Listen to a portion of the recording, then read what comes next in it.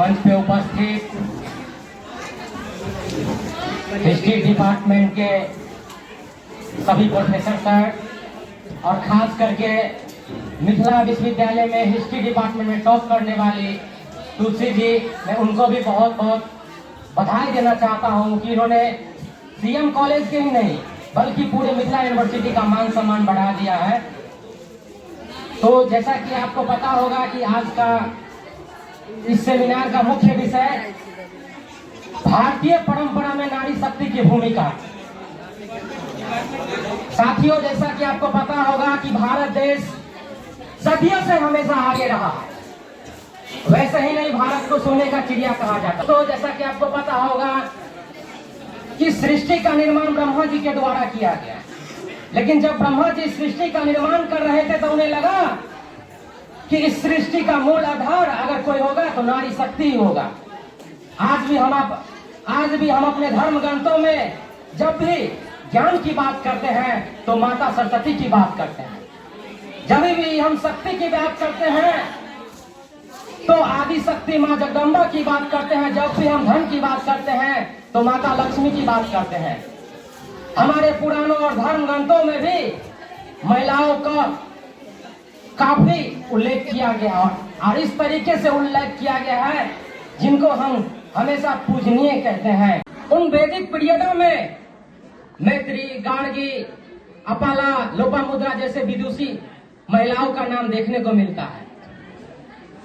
साथियों, इसके बाद आपको पता होगा कि आप महाजनपद काल या मौर्य काल, गुप्त काल में हमें उन महिलाओं का उल्लेख नहीं मिलता है जो कि काफी महान कहलाती है। लेकिन समय बदलता रहा, मध्यकालीन भारत में आपको मीराबाई के नाम देखने को मिलेगा, जिन्होंने अपने भक्तिक मार्ग से समाज को एक नई दशा और दिशा दी। साथियों, रानी दुर्गावती को कौन भूल सकता है, जिन्होंने अपने शौर्य से, अपने बाहुबल से उस मुगल राज्य को पराजित किया, उन महान राजाओं को पराजित किया जिन्हें उस समय भारत में लोहा माना जाता था। अकबर, जिनके सामने आने से बड़े बड़े राजा महाराजा डरते थे, उन मुगल शासक को, उन मुगल साम्राज्य को रानी दुर्गावती ने एक नहीं 3 बार पराजित किया। साथियों, समय बदलता रहा। उसके बाद आपको पता होगा कि 1857 की क्रांति कौन भूल सकता है, रानी लक्ष्मीबाई का वो शौर्य कौन भूल सकता है, जिन्होंने अंग्रेजों को छक्के छुड़ा दिए। हीरोज को कहना पड़ा कि जितने भी सोए हुए हैं उसमें एक अकेली कोई मर्द है तो ये रानी लक्ष्मीबाई है। आजादी की लड़ाई में राष्ट्रपिता महात्मा गांधी, लाला लाजपत राय, बाल गंगाधर तिलक, डॉक्टर राजेंद्र प्रसाद का ही नहीं योगदान था, बल्कि हमारे एनी बेसेंट, सरोजिनी नायडू जैसे इन महिलाओं का योगदान भी था। सुचिता कृपलानी जैसे महिलाओं का भी योगदान था, जिन्होंने राष्ट्रपिता महात्मा गांधी, डॉक्टर राजेंद्र प्रसाद, बाल गंगाधर तिलक, पंडित जवाहरलाल नेहरू के साथ कंधे से कंधे मिलाकर अंग्रेजों को भारत से भगाने में सहयोग किया।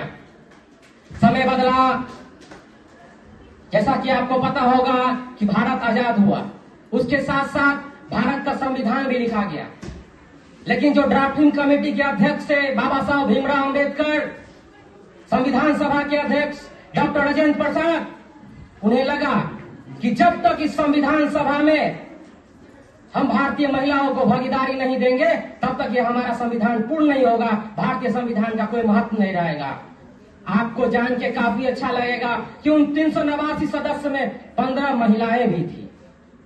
देश के प्रथम रेल मंत्री अरुणा आसफ अली हो या देश के प्रथम महिला प्रधानमंत्री श्रीमती इंदिरा गांधी जी भी हो।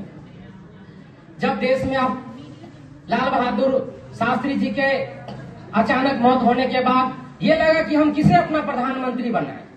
उस समय आपको पता होगा कि कांग्रेस के वरिष्ठ नेता के कामराज थे, उन्हें लगा कि कोई बात नहीं, पंडित नेहरू जी के तो देहांत हो ही गया है, क्यों ना हम इंदिरा गांधी जी को हम प्रधानमंत्री बना देते हैं। उस समय इंदिरा गांधी को पॉलिटिकल अनुभव कुछ नहीं था, राजनीतिक में कुछ ऐसा योगदान नहीं था कि इंदिरा गांधी को लोग जान सके, लेकिन फिर भी पंडित नेहरू जी की वो बेटी थी, इसीलिए उन्हें प्रधानमंत्री बनाया गया। कोई बात नहीं, सारा शक्ति तो हमारे ही पास होगा, ये गूंगी गुड़िया क्या कर लेगी। लेकिन जब इंदिरा गांधी प्रधानमंत्री बनी तो एक के बाद एक जो उन पर उंगली उठाते थे उनको साइड किया।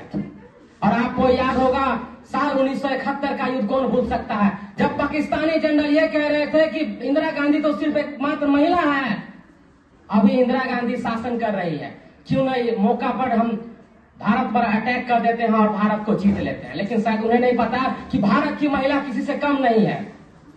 आपको पता होगा कि भारत के उस समय शक्ति इंदिरा गांधी ने न केवल पाकिस्तान को 2 टुकड़े किए बल्कि अलग देश बांग्लादेश का निर्माण किया।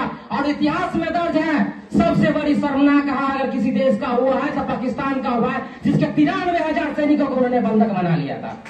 ये अगर किसी के काल में हुआ है तो एक नारी शक्ति के काल में हुआ है, एक जो नारी शक्ति उस समय देश का नेतृत्व कर रही थी। वेस्टर्न कंट्री कह रहे थे कि क्या भारत की महिलाएं क्या कर लेगी, ये सारा पावर तो हम वेस्टर्नों के पास है।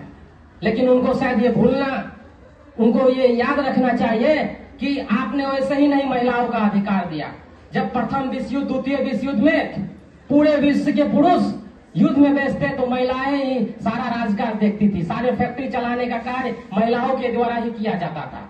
तो आपने वैसे ही नहीं महिलाओं का अधिकार दिया, व्यवस्था में उन्होंने महिलाओं का अधिकार दिया, बेबस होकर उन्होंने आपने महिलाओं का अधिकार दिया। लेकिन भारत एक ऐसा देश है जिन्होंने सदियों से अपने धर्म ग्रंथों में जितना महिलाओं को अधिकार दिया है, शायद हमको नहीं लगता है किसी देश के और महिलाओं में अधिकार क्या होगा। भारत जैसे उड़ान भरा, फिर हमारे देश की महिलाओं ने भी उड़ान भरी। कल्पना चावला जो अंतरिक्ष में उड़ान भरने वाली प्रथम महिला बनी, आज भी देश के बड़े बड़े पोस्ट पे महिलाओं ने अपनी छाप छोड़ी है, चाहे वो देश की महामहिम राष्ट्रपति श्री द्रौपदी मुर्मू जी हो या देश के वित्त मंत्री निर्मला सीतारमण जी हो। जब आपको जानकर काफी अच्छा होगा, जब साल 2014 में मोदी जी पहली बार देश के प्रधानमंत्री बने तो उसमें उन्होंने विदेश मंत्री सुषमा स्वराज जी को नियुक्त किया। और शायद हमें नहीं लगता कि उनके जैसा बेबाक विदेश मंत्री भारत में कोई हुआ होगा, जो बिना बेबाकी से, किसी भय से, किसी के डरे हुए अपनी बात संयुक्त राष्ट्र संघ में रखती थी। आज वर्तमान समय में हम महिलाओं की बात कर रहे हैं और बिहार के महिलाओं की ना बात करें, बिहार के नारी शक्तियों की ना बात करें तो ये काफी बेईमानी होगा।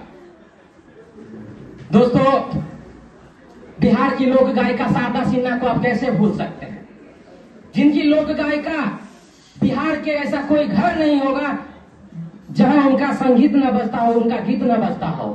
छठ मतलब शारदा सिन्हा, विवाह मतलब शारदा सिन्हा। उन्होंने अपने गीत के माध्यम से समाज को एक नई दशा और दिशा दी।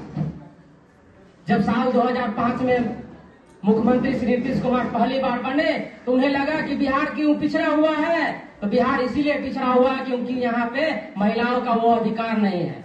उन्होंने पहली बार साइकिल योजना, महिलाओं को छात्रवृत्ति, जब 10वीं पास करेगी महिलाओं तो उनको 10,000 रुपया, इंटर पास करेगी तो उन्हें 25,000 रुपया, जब ग्रेजुएशन पास करेगी तो उन्हें 50,000 देने का काम कोई किया तो नीतीश कुमार किए। और आज नतीजा आज है कि बिहार की महिलाएं भी देश में किसी से कम नहीं है। श्रेयासी सिंह को कौन भूल सकता है, जिन्होंने 2018 कॉमनवेल्थ गेम में उन्होंने गोल्ड मेडल जीतकर पूरे बिहार का मान सम्मान बनाया।